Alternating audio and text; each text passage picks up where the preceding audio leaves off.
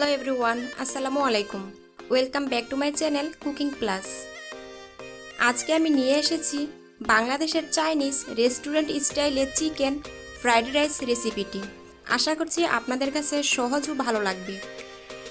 তো চলুন দেখে নিই কীভাবে রান্না করতে হবে।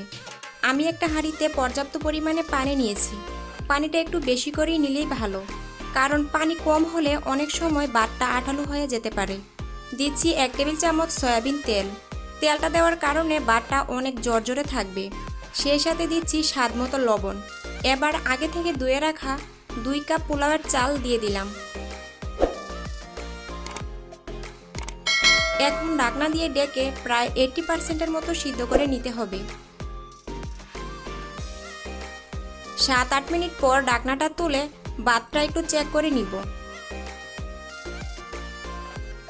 দেখতে ভাতের মতো লাগবে, কিন্তু ভেতরে একটা শক্ত দানা ফিল করতে পারবেন। ঠিক তখনই ভাতটা তুলে নিতে হবে আর একটা জাজের উপর নিয়ে নিতে হবে। তারপর এভাবে একটু ছড়িয়ে দিচ্ছি। এতে করে গরম ভাবটা চলে যাবে এবং তাড়াতাড়ি ভাতটা ঠান্ডা হয়ে যাবে। আর পুরোপুরি ঠান্ডা হয়ে যাওয়ার পর নর্মাল ফ্রিজে 1 ঘন্টার জন্য রেখে দিব। ফ্রিজে রাখার কারণে ফ্রাইড রাইসটা অনেক বেশি জর্জরে হয়। আপনারা চাইলে আগের দিনও ভাতটা রান্না করে ফ্রিজে রেখে দিতে পারেন।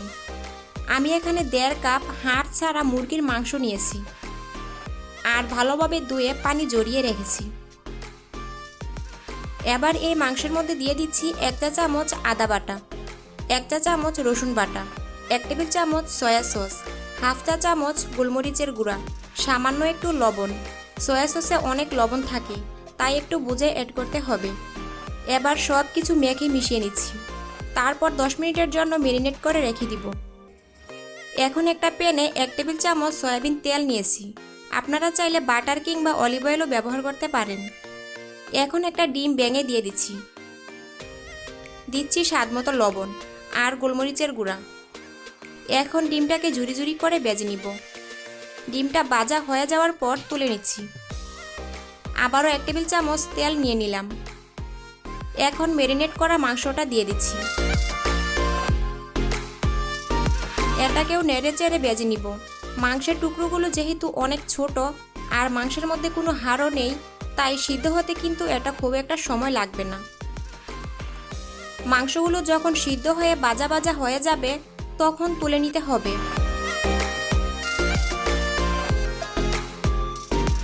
একই হাঁড়িতে 2 টেবিল চামচ বাটার আর 2 টেবিল চামচ সয়াবিন তেল নিয়ে নিলাম। বাটার দিলে ফ্লেভার এবং টেস্ট দুটাই অনেক ভালো হয়। দিয়ে দিলাম 1 টেবিল চামচ রসুন কুচি। রসুনটা হালকা একটু ভেজে নিয়ে এর মধ্যে দিয়ে দিচ্ছি 1/2 কাপ ফুলকপি আর 1/2 কাপ ব্রকলি। এগুলো 2-3 মিনিট ভেজে নিয়ে আরও 1/2 কাপ দিয়ে দিচ্ছি গাজর কুচি। এই সবজিগুলো 2-1 মিনিট ভেজে অ্যাড করছি 1/2 কাপ বাঁধাকপি কুচি,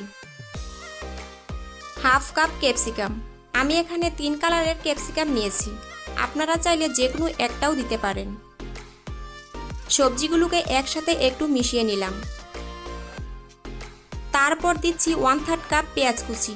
পেঁয়াজগুলো আমি একটু বড় বড় করে কেটে নিয়েছি।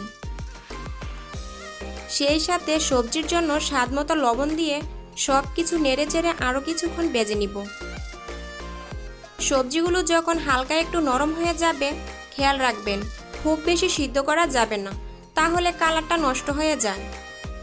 চাইনিজ ফ্রাইড রাইসের সবজিগুলো একটু ক্রাঞ্চিই থাকবে, এটাই হচ্ছে চাইনিজ ফ্রাইড রাইসের স্পেশালিটি। এবার রান্না করা ভাতটা দিয়ে দিলাম।